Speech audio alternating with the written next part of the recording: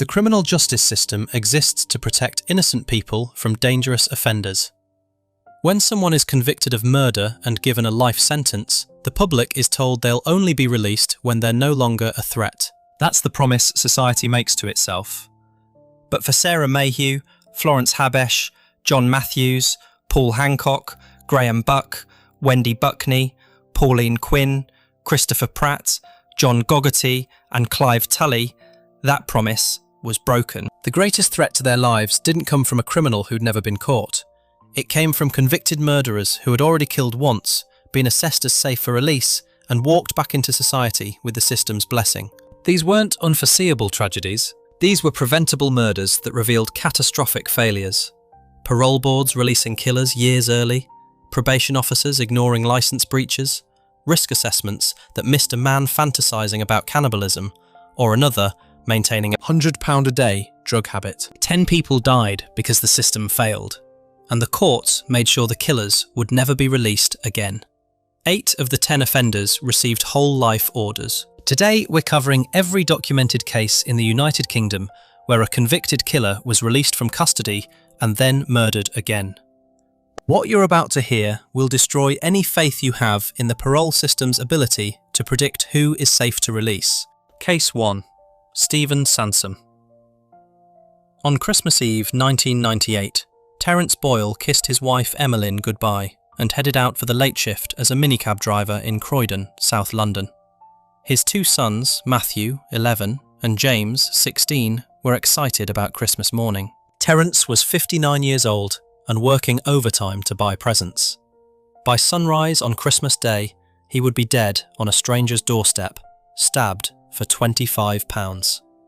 Stephen Sansom was born on the 10th of September 1979.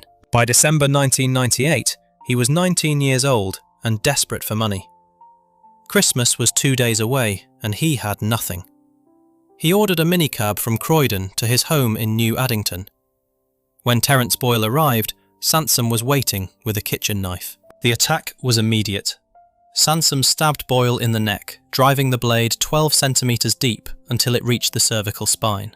He stabbed him in the ear and shoulder. Boyle's hands bore defensive wounds, showing he tried to fight back. After the stabbing, Sansom cut the cable to the radio microphone so Boyle couldn't call for help. Then he took the wallet containing £25. Boyle staggered to a nearby house and collapsed on the doorstep before an ambulance arrived. Sansom later laughed to a friend that Boyle's kids would have to see their father in hospital over Christmas. Emmeline Boyle would tell the court her husband had been working overtime specifically for Matthew and James's presents. Sansom pleaded guilty to murder and robbery at the Old Bailey. On 28th of May 1999, he was sentenced to detention for life plus 8 years concurrent for robbery, with a minimum tariff of 14 years. He served approximately 20 years. On the 18th of December 2019, the parole board released him on life licence. He had served 6 years beyond his minimum. He moved to Burnell Road, Sutton, worked as a builder, and used the Facebook alias Red Rum, murder spelled backwards. By summer 2023, Sansom met Sarah Mayhew, 38, a mother of 2 children aged 12 and 15, through a dating website. She introduced him to Gemma Watts, born 22nd July 1975, who became his partner. From September 2023, Sansom and Watts exchanged WhatsApp messages detailing fantasies of sexual violence, killing during sex, cannibalism, and body disposal. Sarah was identified as a target. By November 2023, Watts messaged, "Only if it is a deal that she is not leaving in one piece." On 8th March 2024, CCTV captured Sarah at 8:30 in the evening. At 11 o'clock that night, she entered Sansom's flat at Burnell Road. Watts was waiting inside. Sarah was killed by throat cutting and strangulation. Her voice box was fractured, 2 vertebrae broken, scalp tissues bruised. Her head was shaved. Mrs. Justice Cutts would later state Sarah's fear and suffering must have been acute as she realised what was happening. On 10th March, CCTV captured Sansom at B&Q buying a 300mm hacksaw, blade and 14-litre bucket with cash. His Facebook posted, "Best friends are those who don't say anything when you show up at their door with a dead body. They just grab a shovel and follow you. On March 11th, they deposited Sarah's dismembered arms, legs and head at Rowdown Fields, New Addington. Her torso went into a suitcase dumped in the River Wandle near Mitcham Common. They burned her belongings in a silver incinerator. On April 2nd, 2024, a dog walker's dog uncovered a human bone at Rowdown Fields. Police found her arms, legs and head. On 21st of May, contractors cleaning the River Wandle recovered her torso, 8 to 9 miles from the first site. Both were arrested on 6th April 2024. Watts muttered, "She deserved it anyway, dirty crackhead." Sansom pleaded guilty on September 26, 2024. Watts on November 21st. On January 30th, 2025, Mrs. Justice Cutts sentenced Sansom to life imprisonment with a whole life order. He will never be eligible for parole. He will die in prison. Watts received life with a minimum of 29 years and 90 days. The judge stated, "She was an innocent woman, lured to that flat to die in order that you both could act out your bloodthirsty and wicked fantasies. Neither of you has shown a shred of remorse." Sarah's father David said, "Whatever sentence you may receive will never compare to the pain you have caused us." Her mother Angela described herself as broken. A serious further offence review was ordered but never published. No explanation was given for how a man who stabbed someone to death for £25 was released and then spent months messaging about murder fantasies without intervention. No one has explained how many times Sansom met with his probation officer, or whether he was under multi-agency public protection arrangement supervision. While awaiting sentencing at HMP Belmarsh, Sansom attacked another prisoner on the 1st of January 2025, slashing Irfan Sharif's neck with a tuna can lid. Stephen Sansom will die in prison. Sarah Mayhew's children have no mother. Stephen Sansom killed for £25 on Christmas Eve, but the next murderer proved that torturing someone to death for £8 wasn't enough to prevent his release or stop him killing again. Case 2. George Norman Johnson. On April 18, 1986, Gerald Homer finished his shift as a hotel worker in Wolverhampton and stopped at the Lord Raglan pub. He was 38 years old and lived alone at Grosvenor Court on Hallett Drive, Merrydale. That evening, he met George Norman Johnson, approximately 22, and Simon Bullock, 17. Homer invited them to his flat. By morning, he would be dead, stabbed 35 times for £8. Inside the flat, Johnson and Bullock forced Homer to strip naked. They began an hour-long attack, stabbing him with kitchen knives and scissors. Homer fought back, but was outnumbered and weakening from blood loss. As he lay dying, Johnson stabbed him in the throat with scissors. They searched his home and stole £8. £8 for an hour of torture and a man's life. Johnson admitted murder at Stafford Crown Court in October 1986. Mr. Justice Tucker called it a brutal and merciless attack. Johnson received life imprisonment with a minimum tariff of 17 years. His twin brother John received a police caution for assisting after the crime. That caution would matter 25 years later. Johnson served his minimum term in various prisons across England. In 2006, he was released on life licence, meaning he remained under probation service supervision with strict conditions. He could be recalled to prison immediately if he breached those conditions. He was recalled after testing positive for drugs, then released again in 2007. By 2010, Johnson admitted to probation officers he was using £100 worth of heroin and crack cocaine every single day. £100 every day. That level of addiction requires constant criminal activity to sustain, yet no action was taken. There is no public record of him being recalled despite this extraordinary admission. He remained free. By early 2011, Johnson lived in Rhyl, North Wales. His habit controlled his life. He needed money constantly to buy drugs and pay dealers.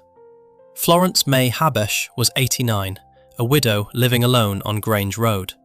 A churchgoer, neighbours knew her as kind and gentle. Her family had owned a jeweller's shop on Ryl's main street, and older residents remembered the business. Johnson had met her through his partner, who worked as an Avon salesperson and called on Mrs. Habesh regularly. Over several months, Johnson did decorating work and various odd jobs at her home. He painted rooms, He fixed things. Mrs. Habesh paid him fairly and always offered tea. She trusted him completely. She saw him as a decent young man trying to make an honest living. On Sunday, February 6, 2011, Johnson knocked on her door, needing money for drugs. She invited him in and offered tea. As she prepared it in the kitchen, Johnson picked up a heavy projector case and struck her over the head with significant force. The blow caved in her skull. He went upstairs, found £25 in cash and 2 items of jewellery, and took them. Returning downstairs, he found Mrs. Habesh still alive.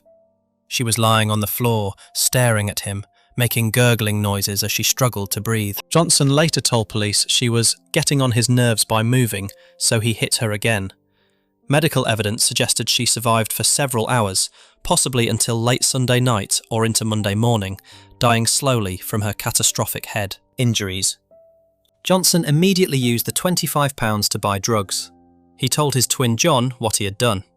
John drove past Mrs. Habesh's house hours later, saw the door slightly ajar, and knew his brother had just confessed to attacking an elderly woman inside. He did nothing. He drove away. Approximately 36 hours passed. Florence Habesh lay dead in her home.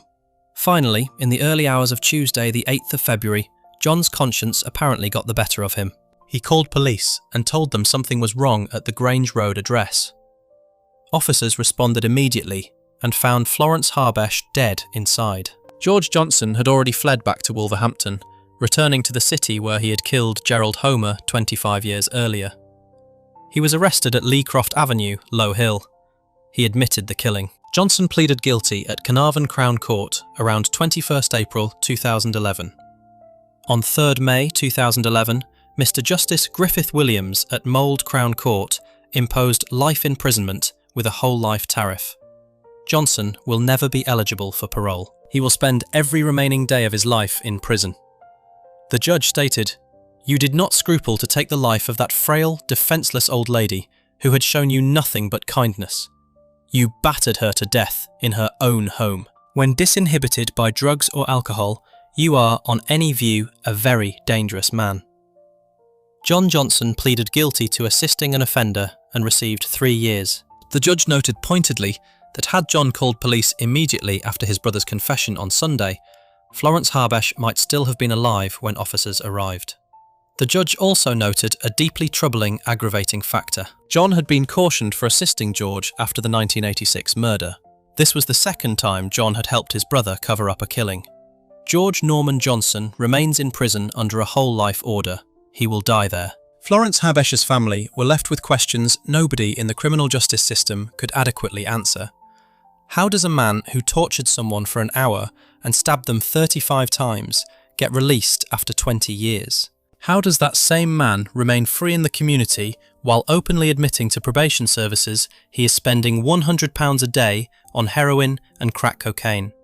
How many times did his probation officer meet with him while he was visibly intoxicated? How many warning signs were documented in reports and filed away? Florence Habesh invited George Johnson into her home because she believed he was a decent person. The parole and probation system implicitly told her he was safe. She died because that assessment was catastrophically wrong. Before we move on to the next case, make sure to subscribe if you're finding these stories as disturbing as I am. It helps us keep covering the cases that most channels won't touch. George Norman Johnson maintained a £100 a day drug habit under supervision before killing again. But the next murderer would prove that being recalled to prison 3 separate times for drugs, weapons and violence still wasn't enough to prevent him from stabbing 2 neighbours to death 15 days apart. Case 3. Andrew Dawson. On 12th August 1981, Henry Walsh was working in his shop in Ormskirk, Lancashire. He was 91 years old, a shopkeeper who had lived in the town his entire life. That afternoon, a teenager walked into his shop with a bread knife. By the time police arrived, Walsh had been stabbed between 11 and 12 times. The boy who killed him was 18 or 19 years old. His name was Andrew Dawson, born approximately 1962. At trial in 1982, Dawson pleaded guilty to murder and received life imprisonment with a minimum tariff of 14 years. What emerged decades later at a 2022 inquest was that Dawson's original murder had been mischaracterised to parole boards as a burglary gone wrong, rather than what it actually was, a premeditated killing. That false characterisation may have influenced every release decision that followed. Dawson was first released in 1999 on life licence after approximately 18 years. The system decided he was ready. 4 years later, in 2003, he was recalled for drug and alcohol abuse. In 2004, he was released again. In 2005, he was recalled for possession of a knife. In 2007, he was released. Later that year, he was recalled for curfew violations. In 2008, he was released for the final time and relocated to Waterford Drive, Chaddesden, Derby. It was a small block of flats housing single, vulnerable men. A 2022 inquest would later reveal borderline decisions not to recall Dawson after various breaches, including assaulting his landlord. Despite possessing a knife and repeatedly violating licence conditions, authorities released him each time. John David Matthews lived in the same block as Dawson. Everyone called him Dave. He was 66 years old and worked as a kitchen porter. On July 10, 2010, Dawson visited under the pretense of borrowing Matthews' washing machine. He attacked on the doorstep, stabbing him 18 times in the face, neck and head. Dawson then cleaned the flat meticulously, placed the body in the bathtub, filled it with water and bleach, and left a pink rose on the victim's pillow. The cleaning was deliberate. The rose was theatrical. Dawson wanted this to mean something. 15 days passed. Paul Hancock, aged 58, lived on the floor above. On 25th July 2010, Dawson prepared carefully. He put on waterproof clothing and rubber gloves before knocking on Hancock's door. He stabbed Hancock 22 times in the head, chest and body. Then he placed the body in a water-filled bath and left another rose and a note. While cleaning up, Dawson heard police officers arriving at Matthews' flat below. Work colleagues had raised the alarm after Matthews missed shifts. Dawson finished what he was doing, placed Hancock's body in the bath, returned to his own flat, then fled by train to Ormskirk and onward to Whitehaven, Cumbria. He later told investigators he chose Whitehaven as a sick tribute to Derek Bird's killing spree there weeks earlier. Hancock's body was discovered on July 30th, 2010. Forensic experts recovered the indented impression of a confession letter from a notepad in Dawson's flat. In it, he called himself the Angel of Mercy and described the pink rose as a nice touch. Police traced Dawson to Whitehaven Harbourside. When officers approached, he jumped into the sea to evade them. Sergeant Graham Boyd subdued him with a taser. Dawson was carrying camping gear, an axe and 7 kitchen knives. On the 18th of July 2011, at Nottingham Crown Court, Dawson changed his plea to guilty on the first day of trial. Mrs. Justice Dobbs imposed a whole life order, stating, "Life will mean life." She noted his victims had done nothing to upset him and described the attacks as planned, saying the victims had no chance. Detective Inspector Paul Callum of Derbyshire, police said, "He is a very evil individual, and these were planned and horrific offences." A December 2022 inquest examined the systemic failures. It heard about individual mistakes and borderline non-recall decisions, but ultimately concluded that the concerns raised did not contribute to double murder. This conclusion enraged the victims' families. Dawson's brother Malcolm had written to prison authorities years earlier, describing Andrew as pure evil, a total psycho, who should be locked up like Hannibal Lecter. The warning signs had been visible for decades. The inquest revealed that after Dawson's 1981 murder of Henry Walsh, the crime had been presented to subsequent parole boards as a burglary gone wrong. This was false. It was premeditated. That mischaracterization meant every decision-maker reviewing his case for the next 30 years was working from incorrect information. When Dawson was recalled in 2003 for drugs and alcohol, he should have been kept inside. When he was caught with a knife in 2005, that should have ended his time in the community. When he assaulted his landlord, that should have triggered immediate recall. Instead, each time, the system made what the inquest called a borderline decision, to give him another chance. John Matthews and Paul Hancock lived in a housing block specifically designated for vulnerable men. Andrew Dawson, a man with a history of premeditated murder, knife possession, substance abuse and violence, was placed in that same building.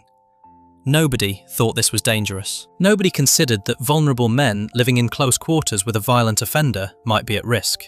And when Dawson killed Matthews, nobody connected it to the man living downstairs, who had been recalled 3 times for violence and weapons. It took 15 days and a second body before police arrived. Andrew Dawson remains in prison under a whole life order. He will die there. But John Matthews and Paul Hancock are still dead, and their families still have no adequate explanation for why a man recalled 3 times for violence was released a 4th time and housed next to vulnerable men. Andrew Dawson was recalled to prison 3 separate times and still killed twice in 15 days. But the next murderer would prove that even 3 killings across 3 decades wasn't enough to keep him locked up permanently, until he killed for a 4th time. Case 4. Ian McLaughlin. In 1983, Len Delgatti, 49, lived in Stoke Newington, North London. Ian John McLaughlin, born 31st May 1958, was approximately 25 years old. The 2 men were believed to have been in a sexual relationship. McLaughlin later claimed he lost his temper after Delgatti played him a video showing child sexual abuse. He beat Delgatti over the head with a hammer multiple times, then tied a towel around his neck to strangle him and muffle the noise. He hid the body in a cupboard.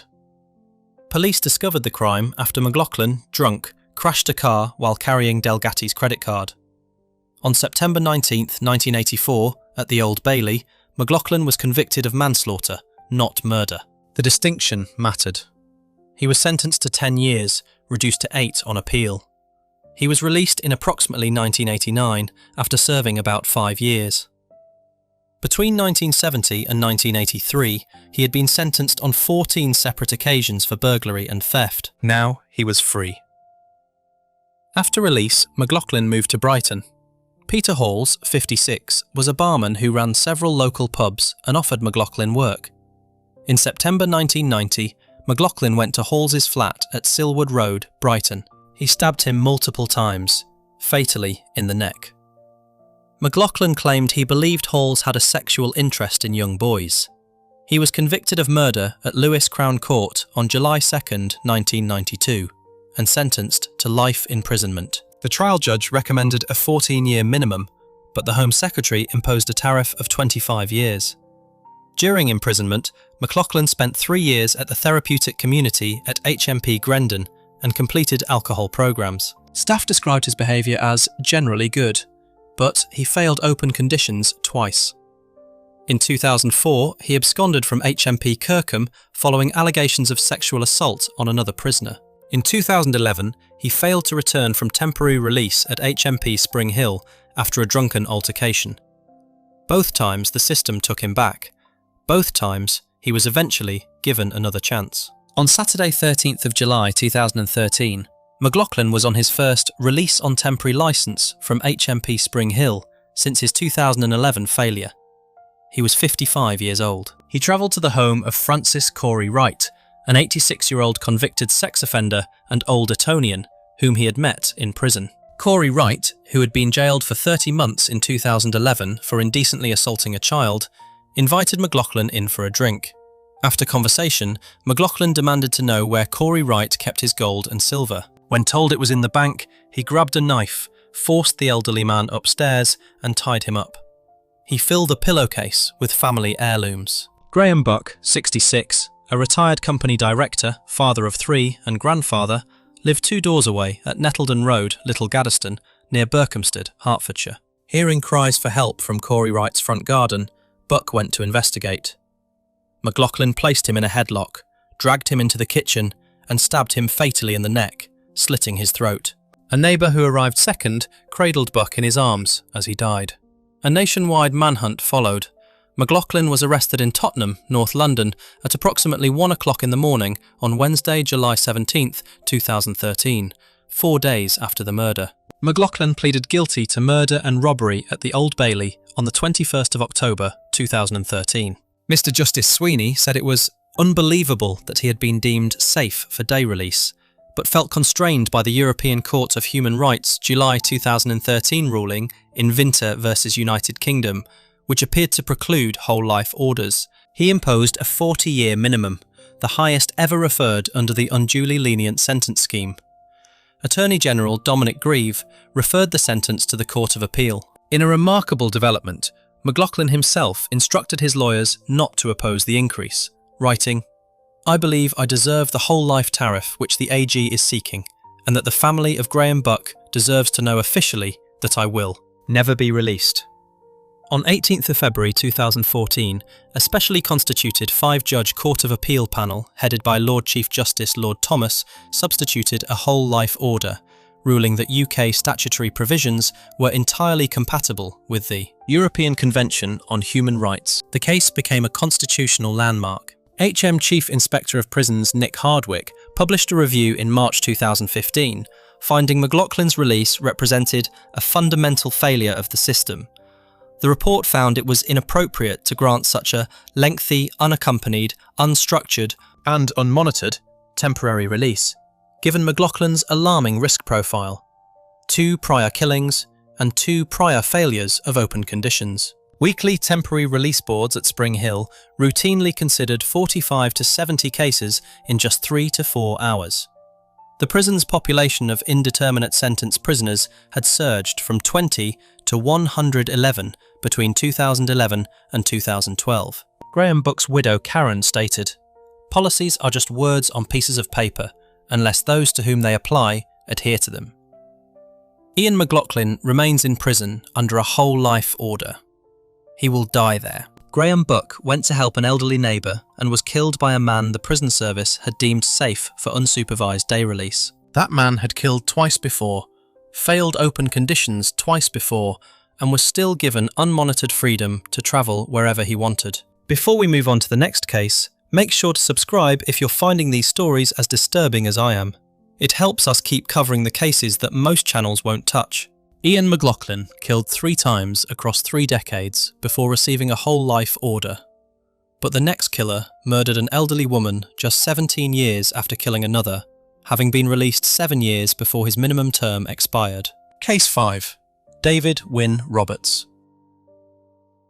On the 4th of March 1969, David Wynne Roberts visited Mrs. Sarah Hughes at her home in Valley, Anglesey, North Wales. Roberts was 14 years old. Mrs. Hughes was an elderly widow and a friend of his mother. She trusted him. She had known him since he was a small child. While her back was turned in the kitchen, Roberts opened a drawer, found a knife, and stabbed her repeatedly. He then replaced the knife carefully, ransacked the house to make it look like a burglary, and stole £10. He also attempted to drive her car away before fleeing on foot. Police arrested him after recovering some of the stolen money hidden inside a hollowed-out book in his bedroom. Roberts was described at the time as a talented pianist. At Carnarvon Assizes in July 1969, Roberts was found guilty of murder. Given his age, he could not be sentenced to adult prison. He was sentenced to youth detention. He served 7 years and was released in 1976, aged approximately 21. The system believed a 14-year-old who had planned and executed a murder, then carefully staged a burglary scene, was ready to rejoin society after 7 years. After release, Roberts returned to Anglesey, but struggled to find regular employment. He spent much of his time among the homeless community, drifting between temporary accommodation and sleeping rough. In October 1985, 9 years after his release, Roberts travelled to Blackpool. At a nightclub there, he met staff from a hotel in the Lake District. They took pity on him. They saw a young man down on his luck and brought him back to the Rothay Manor Hotel in Ambleside, Cumbria, hiding him in the staff quarters. It was an act of kindness that would cost their employer her life. Mrs. Bronwen Nixon was 66 years old, a widow who owned the Rothay Manor Hotel. She was well known and respected in the local hospitality community. The hotel had closed for the winter, but Mrs. Nixon still used a cottage in the grounds as a studio. On approximately January 19, 1986, roughly 10 years after Roberts' release, she asked Roberts and his male companion to leave the hotel because it was closed for the season. Roberts went to the cottage where she was working. He stabbed Mrs. Nixon in the throat. he strangled her with her own scarf. He tied her hands behind her back and placed a plastic bag over her head.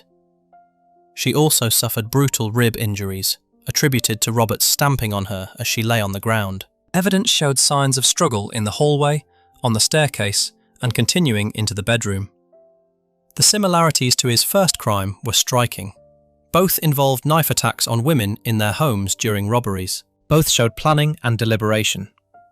After killing Mrs. Nixon, Roberts stole her possessions and drove away in her car. The body was discovered a few days later by one of Mrs. Nixon's sons. The murder hunt became one of the first cases featured on BBC Crime Watch that led to a successful prosecution. Within an hour of the broadcast, Roberts went to police in London, claiming innocence. Forensic evidence contradicted him. Red fibres found at the murder scene were traced to a Blackpool hotel where Roberts had stayed. They were forensically matched to a red scarf given to him by a male friend who had gone to Malta. His jumper was also forensically linked to the victim's body. Roberts stood trial at Manchester Crown Court in a 2-week hearing beginning November 1986. On December 1, 1986, the jury returned a guilty verdict by a majority of 11-1. Mr. Justice Garland sentenced him to life imprisonment and notably declined to recommend a minimum term. Lord Chief Justice Lord Lane subsequently commented, "I doubt if he should ever be released. Certainly 18 years should be the absolute minimum." The tariff history became controversial and reflects changing political attitudes toward violent offenders. Home Secretary Douglas Hurd set a whole-life tariff in 1988, meaning Roberts would die in prison. This was later reduced to 22 years by Home Secretary David Blunkett in November 2001. It was further adjusted to just over 21 years by Mr. Justice Gibbs at Birmingham Crown Court in February 2006. The judge noted that both murders were strikingly similar, but considered sentencing practices at the time of the original conviction. The reductions were driven partly by concerns about sentencing a 14-year-old to die in prison, but they ignored the fact that Roberts had killed again as an adult. Roberts's minimum term expired around 2008, making him theoretically eligible for parole. He was moved to an open prison in December 2019. However, the parole board has repeatedly denied release, questioning his openness and honesty with professional staff. As of the most recent reporting in 2023, Roberts remains in prison at approximately age 70 or 71. He has now served roughly 15 years beyond his minimum term. He is no longer technically subject to a whole-life order, but continues to be held because the parole board considers him too dangerous to release. The case raises fundamental questions about youth sentencing and rehabilitation. Roberts killed his first victim at 14, served 7 years, then killed again at approximately 31. The strikingly similar methods suggest he had not been rehabilitated at all. The second murder revealed that whatever had driven him to kill Mrs. Hughes in 1969 was still present 17 years later. Mrs. Nixon showed kindness to hotel staff who had taken pity on a homeless man. Those staff had no way of knowing the man they were helping had already killed once. The prison system had released him. The assumption was that he was safe. Bronwyn Nixon died because that assumption was wrong. David Wynne Roberts killed at 14, served 7 years and killed again at 31. But the next murderer would prove that releasing a man 7 years before his minimum term could enable an even more brutal second killing. Case 6. Malcolm Green. On 21st of June 1971, Malcolm Green left a nightclub in Cardiff and attacked Glenys Johnson, aged 41, on waste ground near Wharf Street, Cardiff Docks. Green was 24 years old, born in 1946. He was a former slaughterman at a paper mill in Ely and later worked as a crane driver at Cardiff Docks. He attacked Johnson with a broken bottle, slashing her throat with a 5-inch wound that nearly decapitated her. He cut other parts of her body. Then he went to the showers at the British Steel Corporation East Moors Works, where he was employed, and washed his blood-stained clothing. Green telephoned police afterward. He said, "Have you found the body yet? There will be 4 more. This is the Ripper." When police searched his flat, they found a disturbing dummy made from rolled-up carpet, dressed in a shirt and coat, with a knife embedded in its chest. His ex-wife later recalled him saying, "I wonder what it's like to murder somebody." On November 5, 1971, at Cardiff Assizes, Green was convicted of murder and sentenced to life imprisonment with a minimum of 25 years. As he was led from the dock, he shouted, "I'll appeal against this." In October 1989, Malcolm Green was released from Leyhill Open Prison near Bristol. He had served just 18 years of his 25-year minimum. He was released 7 years early. A psychiatrist had assessed him and deemed him safe for release. Green moved to Bristol to start a new life. He was 44 years old and had told authorities he was rehabilitated. 5 months later, he would prove otherwise. Clive Tully was 24 years old, a New Zealand tourist who had relatives in the Newport area. He had been travelling the world, working to fund his travels. In March 1990, he was staying in a flat in Bristol. Green had befriended him. On the 19th of March 1990, approximately 5 months after Green's release, Green went to Tully's flat. He attacked his friend with a hammer and killed him. Then he dismembered the body with professional precision, consistent with his background as a slaughterman. He wrapped each body part individually in plastic sealed with sellotape and scattered them in bags along rural roads in South Wales. The case became known as the Body in the Bags killing. On 22nd of March 1990, a schoolteacher discovered 2 holdalls in a lay-by on the A467 near Rogerstone, Newport. Inside were dismembered upper arms, legs and torso. 4 days later, on 26th of March 1990, a young farmer at St Bride's, Wentlug, 15 miles away, found a football-shaped object in a red plastic bag. It was the head. A nearby white bag contained 2 neatly amputated hands. The dismemberment showed skill. The cuts were clean. The packaging was methodical. Green had brought his slaughterhouse expertise to the murder of a human being. The victim was identified after a newspaper graphic artist produced a computer-enhanced photograph from the remains. Police found bloodstains on stairs and under the bed at Tully's flat. Green's fingerprints were found in the blood and on the bags containing the body parts. The forensic evidence was overwhelming. Green was arrested on March 30th, 1990, at his girlfriend's house in Fish Ponds, Bristol, at 11:25 in the evening. He denied involvement. At a 7-day trial at Bristol Crown Court in October and November 1991, before Mr. Justice Rose, the jury returned a unanimous guilty verdict. As he was taken down, Green shouted at the jury, "You are wrong." Green was sentenced to life imprisonment. Home Secretary Kenneth Baker subsequently set a whole life tariff, deeming the trial judge's 25-year recommendation too lenient. Green remains one of only 4 Welsh-born prisoners given a full life term. He will die in prison. Detective Chief Inspector William Glynn, who led the investigation, said, "Of all the people I have interviewed, Green is probably the most dangerous and probably the most calculating. He is the most cold-blooded, calculating killer who shows no remorse for his actions." Green's ex-wife told reporters, "There's no way he should ever have been let out. If he's capable of doing 1, who said he wasn't capable of doing 2 or 3? A relative of Clive Tully said, "If there's justice in this country, they'll put him inside, then throw away the key and forget he ever exists." The case exposed catastrophic failures in the parole system. Green had been released 7 years before his minimum term expired, based on a single psychiatrist's assessment. That psychiatrist concluded Green was safe to return to society. Within 5 months, Green had killed again. The murder was more brutal than the first. The dismemberment showed planning, skill, and a complete absence of remorse. Clive Tully was a young man travelling the world.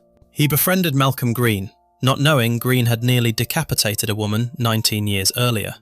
He had no way of knowing because the system had decided Green was rehabilitated. Malcolm Green remains in prison.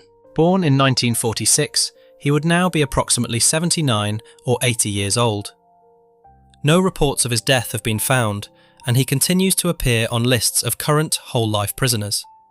He will never be released. But Clive Tully is still dead, and his family still lives with the knowledge that a psychiatrist's assessment released a killer 7 years early. Before we move on to the next case, make sure to subscribe if you're finding these stories as disturbing as I am. It helps us keep covering the cases that most channels won't touch. Malcolm Green was released 7 years before his minimum term and killed within 5 months. But the next murderer would prove that even knowing a killer had smothered his first victim, wasn't enough to prevent him from strangling and dumping a second victim on moorland, less than 5 years after release. Case 7. Desmond Lee. In November 1989, Desmond Lee murdered Shirley Carr, aged 46, his landlady, at her home on Henry Street, Thornton, Bradford, West Yorkshire.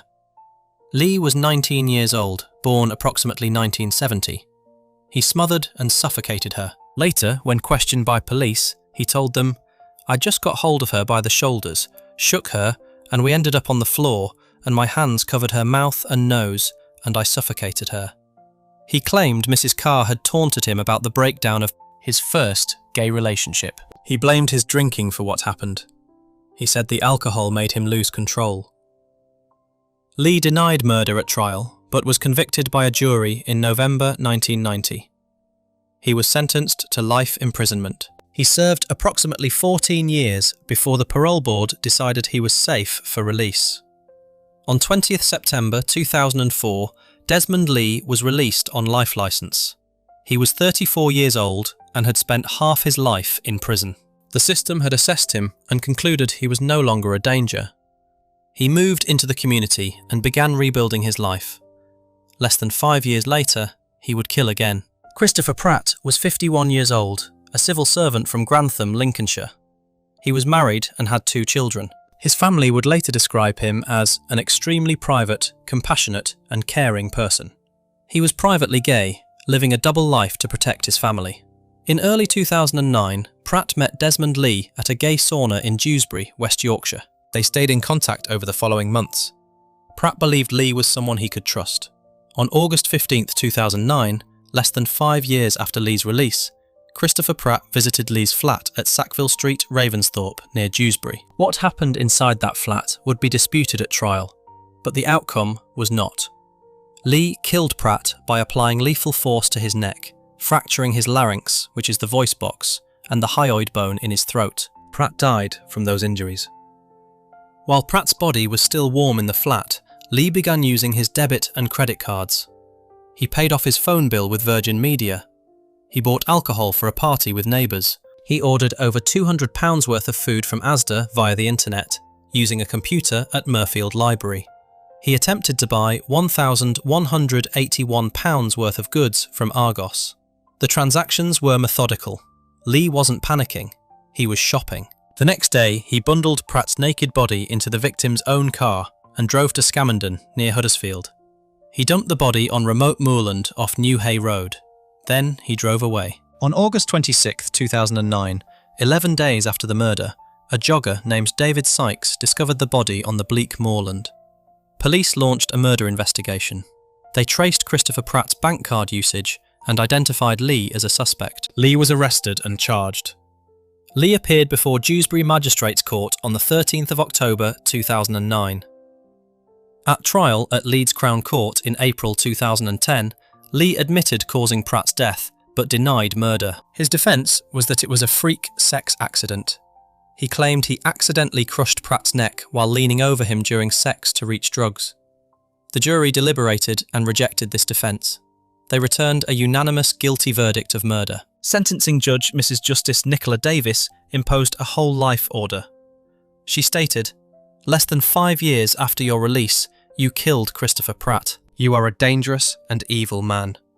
She continued, "Having committed this terrible crime, you disposed of the body of Christopher Pratt.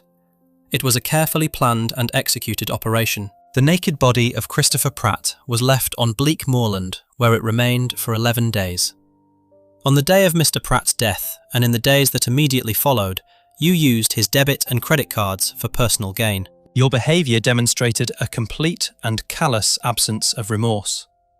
The judge also noted, "When you killed Christopher Pratt, you told the court you did so under the influence of alcohol and drugs. You killed Shirley Carr when under the influence of alcohol, so you well knew the effect it had on you." This was critical. Lee had blamed alcohol for his first killing. Now he was blaming alcohol and drugs for his second. The pattern was clear. When Lee was intoxicated, he killed people. The parole board had released him, knowing he had a history of killing while drunk, and he had gone on to kill again while intoxicated. The Pratt family's statement read, He was an extremely private, compassionate and caring person who just got mixed up with the wrong man. He was so trusting that he would go out of his way to help anyone. However, in assisting someone who he thought was a friend in need, he received the ultimate betrayal. Christopher Pratt had been trying to help Desmond Lee. He saw Lee as a friend. He had no way of knowing Lee had smothered his landlady to death 20 years earlier. The system had told him implicitly that Lee was safe. Desmond Lee is serving a whole life order and will never be released. Detective Chief Inspector Mark Ridley stated after sentencing, "The judge has considered it very carefully and given Lee a whole life sentence. This will protect the public from Desmond Lee for the rest of his life." But Christopher Pratt's 2 children will never see their father again, and his wife was left to discover that the man she married had been living a secret life. Lee took everything from them. The case exposed another failure in risk assessment. Lee had killed his first victim by smothering and suffocation. His second victim died from manual strangulation, with the larynx and hyoid bone fractured by force applied to the neck. Both killings involved Lee using his hands to cut off someone's air supply until they died. The method was essentially the same. The violence was the same. The only thing that had changed was Lee's age and the amount of time he had spent thinking about doing it again. Less than 5 years after release, he proved the parole board's assessment was catastrophically wrong. Desmond Lee, killed by smothering in 1989, was released in 2004 and strangled someone to death in 2009. But the next murderer would prove that repeated license breaches for alcohol and drugs still weren't enough to trigger recall before he stabbed an elderly man 69 times. Case 8. Ian Burley. In 1995, Ian Burley murdered Maurice Hoyle, aged 69, a retired brewery clerk, at Hoyle's home on Belgrave Road, Barnsley, South Yorkshire. Burley was in his early 20s, born approximately 1972 or 1973. He bludgeoned Hoyle with a whiskey bottle and then stamped on his head. Hoyle suffered 42 external injuries, including fractured nose, cheekbones and eye sockets. He died when his dentures broke and a piece lodged in his windpipe. Burley stole items including a watch. At Sheffield Crown Court in 1996, Burley admitted manslaughter but denied murder. His defence was that Hoyle, who was gay, had invited him back, attempted to kiss him, and that Burley feared rape. The jury rejected this and found him guilty of murder. He was sentenced to life imprisonment with a minimum term of 12 years. Burley was released in December 2013 on life licence, having served 18 years, 6 years beyond his minimum. Shortly before release, his risk level was downgraded from high to medium. A prison officer would later testify at an inquest that Burley should not have been released. The licence breaches were systematic and documented. In January 2014, Burley tested positive for alcohol and received a final warning. In March 2014, he tested positive for alcohol again. In May 2014, he tested positive for methadone twice and was given a second final warning, but not recalled to prison. In November 2014, he was allowed to leave his supervised hostel and live independently. He was no longer subject to regular drug testing.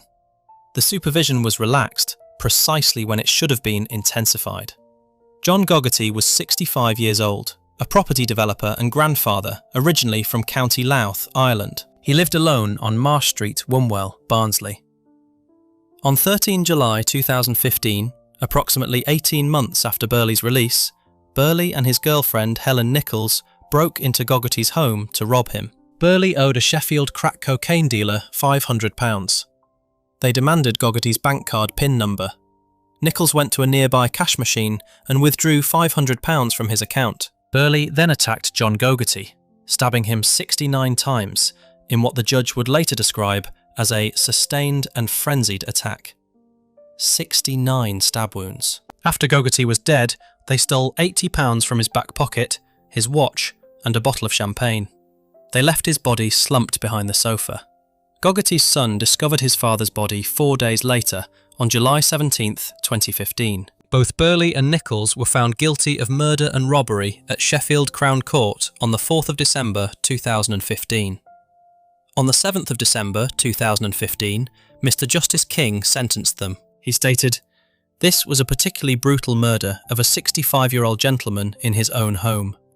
Prior to death, Mr. Gogarty must have suffered mentally as well as physically to a significant degree. As calmly as you approached the house, you both then left, leaving his blood-stained body slumped behind the sofa."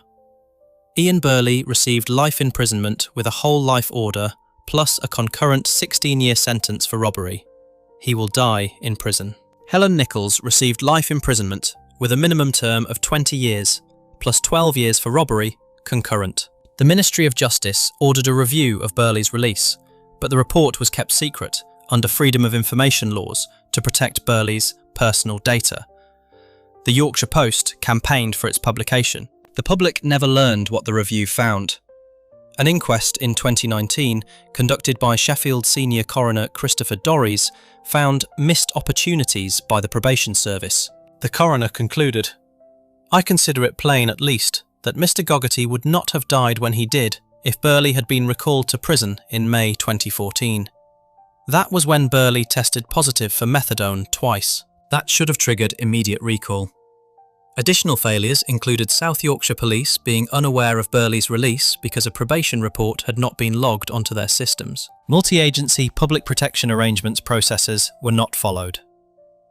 John Gogarty's daughter, Nicola Gogarty, stated, "I am heartbroken forevermore to know the violent death my father suffered at the hands of Ian Burley. Added to that pain is the knowledge that Ian Burley has already been convicted of the murder of an old man in his own home, and should never have been back on the streets free to do so again."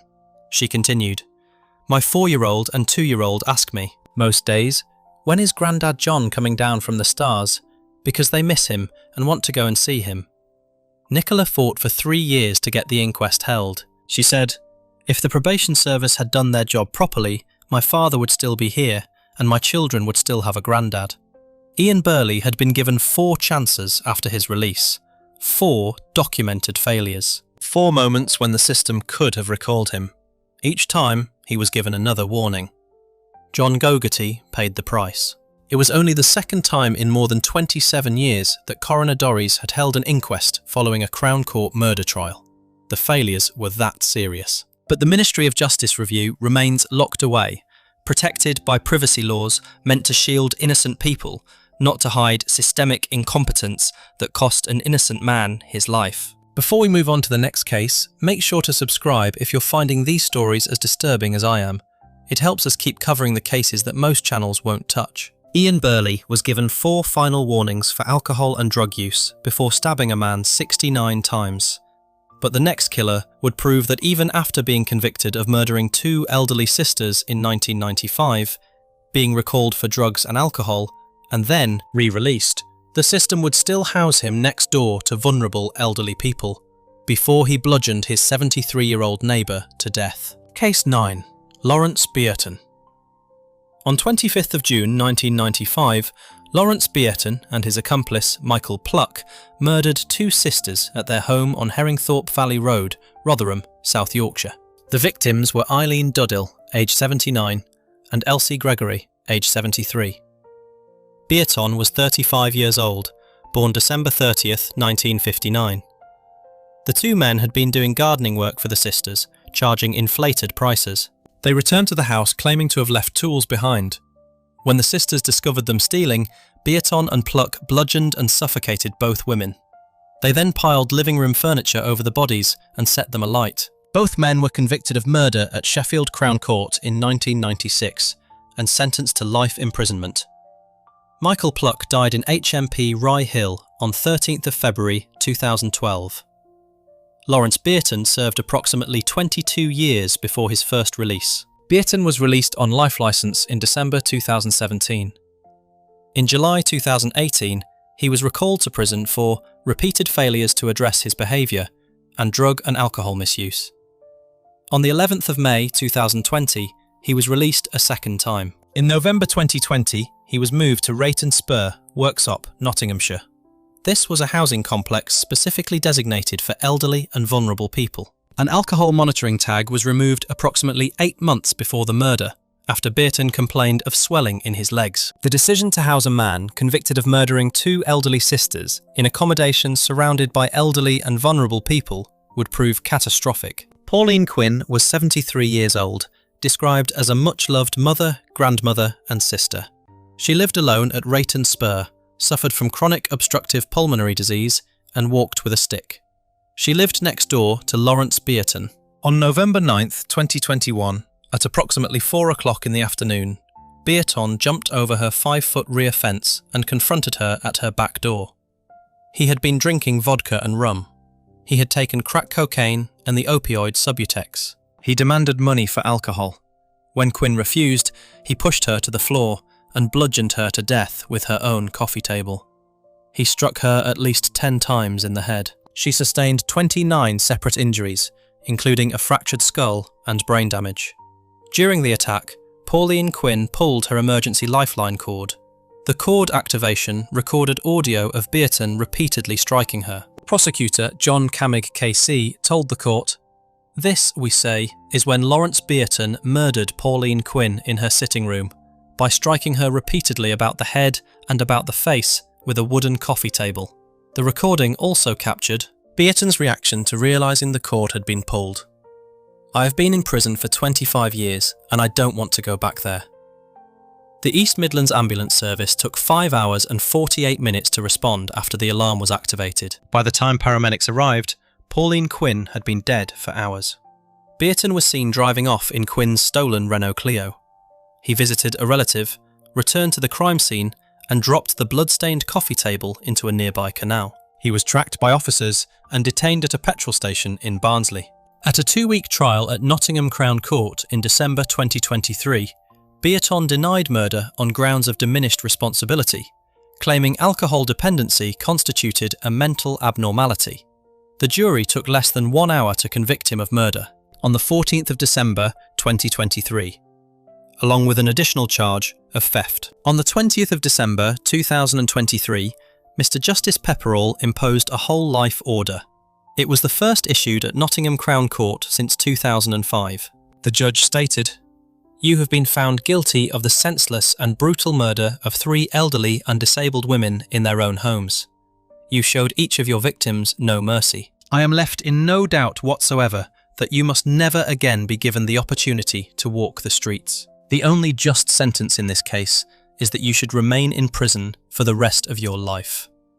He called Beerton's housing placement at Rayton Spur a significant mistake and said, "Ms. Quinn was entitled to expect better, and the system plainly failed her." The probation service apologised for unacceptable failings.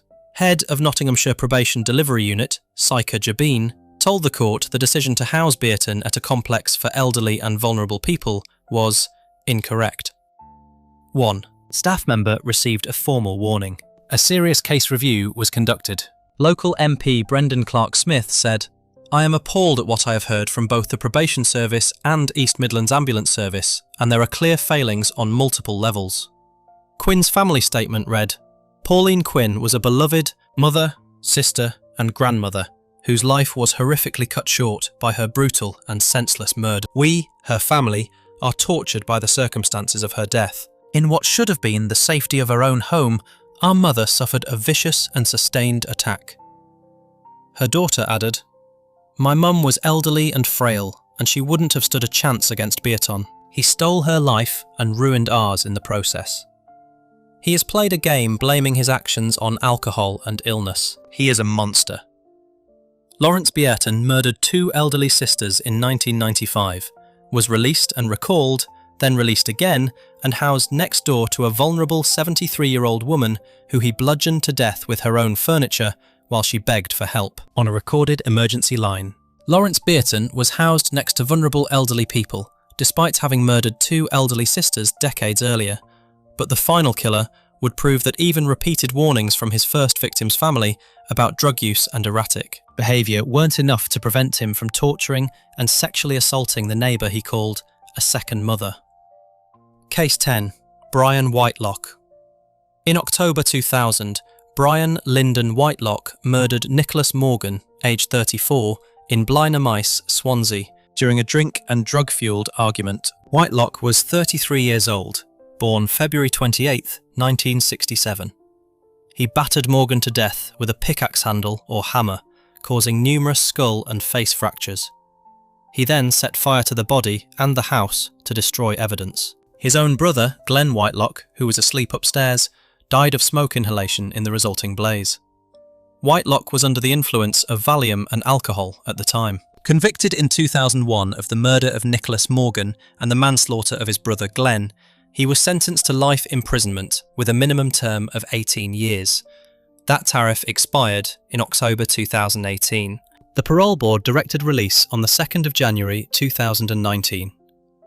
Whitelock moved to Clydach near Swansea with strict licence conditions including drug testing and travel restrictions. Nicholas Morgan's family repeatedly warned the probation service that Whitelock was travelling to banned areas and buying drugs. Their warnings were ignored. His licence was revoked on the 5th of December 2020 after he was convicted of assaulting a shop worker in a co-op store in Swansea. He was released for a second time in October 2021. In the weeks before the murder, neighbours became increasingly alarmed. Videos showed Whitelock leaning out of his flat window with blood on his face in a very advanced state of intoxication. He told doctors he was taking 30 Polish diazepam tablets per day, bought off the street, drinking a crate of lager daily, and smoking cannabis. Police attended, but found no crimes had been committed. Wendy Buckney was 71 years old, a retired riding school instructor who had run the Penny Fedu farm riding school in Morriston for over 30 years. She was described as having a heart of gold. She lived directly across the road from Whitelock on Tannycoid Road, Clydach. Buckney knew about his criminal past. She knew he had killed 2 people. But she believed everyone deserves a second chance. She acted like a second mother to him, giving him odd jobs, providing money and food because she wanted to help. On the evening of 22nd August 2022, less than 1 year after Whitelock's second release, he entered Wendy Buckney's flat. What followed was described by the judge as a frenzy of violence and torture. Whitelock carried out a sustained assault with a kitchen knife, a broken table leg, and wooden shelving. The pathologist found too many stab wounds to accurately count, along with sharp force injuries, blunt force injuries, and evidence of sexual assault. Whitelock's DNA was found on Buckney's underwear. No motive was ever established. The following morning, neighbour Jeffrey Llewellyn confronted Whitelock outside Buckney's house. Whitelock was kneeling on the front lawn, wiping dirt over his body. He said, "I've killed Wendy." Another neighbour, Paul Jones, heard him say, "I didn't realise what I was doing until I came down from the high." The 999 call captured Whitelock's confession. CCTV showed him leaving his flat and heading to Buckney's property the previous evening. Wendy Buckney was found naked and bloodstained in her living room. At a 2-week trial at Swansea Crown Court in November 2024, Whitelock, aged 57, represented himself. He claimed manslaughter on grounds of diminished responsibility, citing a brain injury from a fishing accident. Psychiatric evidence contradicted his claim, finding the most likely cause of his behaviour was drug intoxication.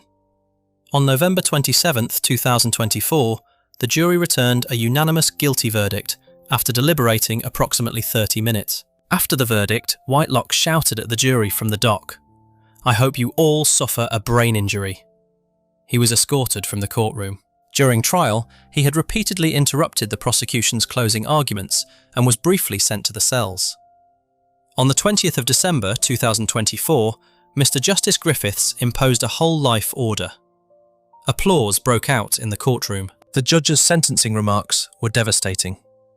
"You described her as like a second mother to you. She deserved nothing but your gratitude, but you brutally murdered her, and you have never, ever suggested a motive. You killed her for your own pleasure. After the cruelty of your attack on her in life, you degraded her body in death. You yourself told people afterwards that she was begging you to stop. You described it as torture, and that is what it was. There is no doubt that there was a sexual element to the pleasure you took in your attack." He continued, "For the murder of Wendy Buckney, I sentence you to imprisonment for life. This is a case of the most extreme gravity. I have no doubt that the seriousness of this murder is so exceptionally high that just punishment requires you to be kept in prison for the rest of your life. The early release provisions will not apply and you will never be considered for parole." Wendy's sister Anne stated, He has not just taken one life, he has taken ours too. Wendy's own fault was to care too much and believe everyone deserved a second chance. The way in which her life was taken we will never understand, and we cannot or will ever accept. The scale of injuries meant the family could not visit the mortuary to say goodbye. Nicholas Morgan's sister, Melanie Huxley, stated, "From the day he was released, he was using drugs, drinking, riding around Swansea, all against his conditions. It could have been prevented if they had listened." Detective Chief Inspector Matthew Davies described the crime scene as one of the worst he had investigated. A multi-agency serious case review was initiated. The parole board completed its review, but said it would not be published, though it took such cases extremely seriously and was committed to learning lessons. Brian Whitelock remains in prison under a whole life order. He will die there. But Wendy Buckney, who believed everyone deserved a second chance, died because the system gave Brian Whitelock far more than 2 chances. Nicholas Morgan's family warned probation repeatedly that Whitelock was violating his conditions. They were ignored. And a 71-year-old woman who showed nothing but kindness was tortured to death in her own home because nobody listened. If you enjoyed this deep dive into UK killers who were released and killed again, make sure to subscribe. I'll see you in the next video.